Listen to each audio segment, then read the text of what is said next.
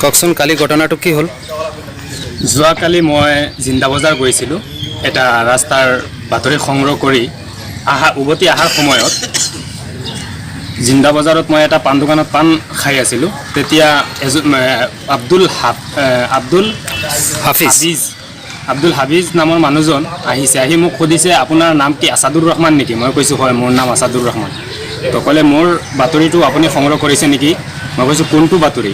তো সি মোক ক'লে যে বাতৰিটো হ'ল ডিচেম্বৰ মাহৰ গামোচাত ডিংগিত গামোচা লগাই মানুহজনৰ হত্যাৰ চেষ্টা চলোৱা বাতৰিটো। মই কৈছোঁ এইটো খলিল উদ্দিনৰ নেকি? বোলে হয়।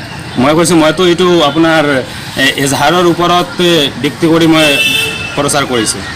তেতিয়া মোক কৈছে, চুপচাপ ইয়াত আপুনি থিয় হোৱা, আৰু আপোনাৰ মোৰ মানুহ দুজন আছে, মই মানুহ দুজন চিনি নাপাওঁ, দুজন মানুহ আছে, দুজনৰ লগত মই গাড়ীত বহা, দুজনৰ লগত গৈ। মই কৈছোঁ মই নাযাওঁ। তেতিয়া মানে মই এইটোৱে মানে আপোনাক মানে ইয়াৰ পৰা উঠাই লৈ যাব বিচাৰিছিলে? ইয়াৰ পৰা উঠাই লৈ যাব বিচাৰিছে, অপহৰণৰ চেষ্টা চলাইছিল। তেতিয়া মানে মই এইটোৱে ভাবিছোঁ মোক অপহৰণ কৰি প্ৰাণে মাৰাৰ চেষ্টা চলাইছিল সিহঁতে। তেতিয়া মই আৰু একো উপায় নোপোৱাত মই মানে চিঞৰি উঠিছোঁ। যেতিয়া মই চিঞৰি উঠিছোঁ, তেতিয়া মই চিঞৰি উঠাৰ লগে লগে মানে ৰাস্তাৰ ফালে বহুত মানুহ আহি গ'ল। আহি মানে ৰাস্তাটো পূৰা ঘেৰাও কৰিলে। তেতিয়া সময় অনুমানিক কেইটামান হ'ব? 6টা 6:30 মান হ'ব। তেতিয়া মানে এজন মানুহ মই চিনি পালোঁ যে আব্দুল বুলি নাম। ই অহাৰ সময়ত মোৰ অলপ মানে সাহসটো আহিছে। মানে আপোনাৰ লগৰ চিনাকি মানুহজন কোন আহিছিলে? মোৰ চিনাকি মানুহ এজন দেখিছোঁ মই এইটো ভিৰৰ মাজত যে আহিছে আব্দুল।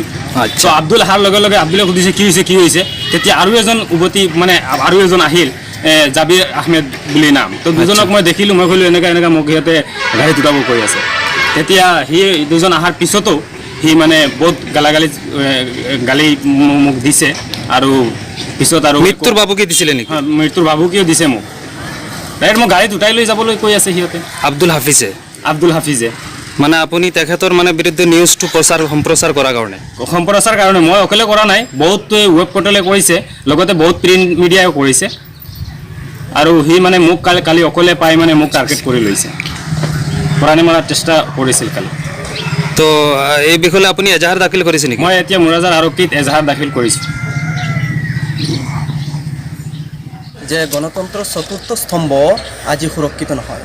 এজন সাংবাদকৰ্মীয়ে তথ্যৰ ভিত্তিত সংবাদ সম্প্ৰচাৰ কৰাত আমাৰ সাংবাদকৰ্মী তথা আমাৰ হোজাই জিলা ৱেব পৰ্টেলৰ উপসভাপতি আছাদুৰ ৰহমান ডাঙৰীয়া যে যোৱা ডিচেম্বৰ মাহৰ 16 তাৰিখে এজন মানুহে এজন মানুহক ডিঙিত গামোচা লগাই চিপ লগাই মৃত্যুৰ চেষ্টা চলাইছিল। তেতিয়া সেই মানুহজনে কেছ কৰাত সেই মানুহজনৰ কেছৰ ভিত্তিত আৰু সেই কেছৰ ভিত্তিত তেওঁ বাতৰি সম্প্ৰচাৰ কৰিছিল।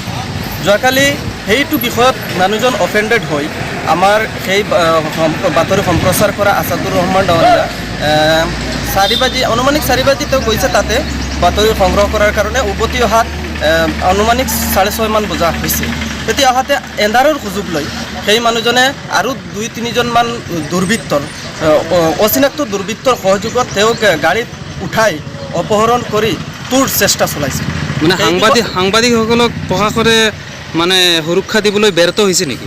নিশ্চয়, এইটোতো আমি ক'ব লাগিব যে এতিয়া গণতন্ত্ৰৰ চতুৰ্থ স্তম্ভ সুৰক্ষিত নহয়। কাৰণ সেই মানুহজন বাৰম্বাৰ সেই মানুহজনৰ ওপৰতে এজাৰ হৈ আছে ধাৰাবাহিকভাৱে কিবা এটা বিভিন্ন বিষয় লৈ।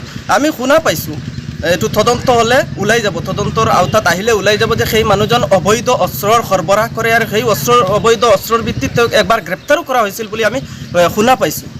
কিন্তু এইটো সঠিক তদন্ত কৰিলে তদন্তৰ মাধ্যমত ওলাই আহিব।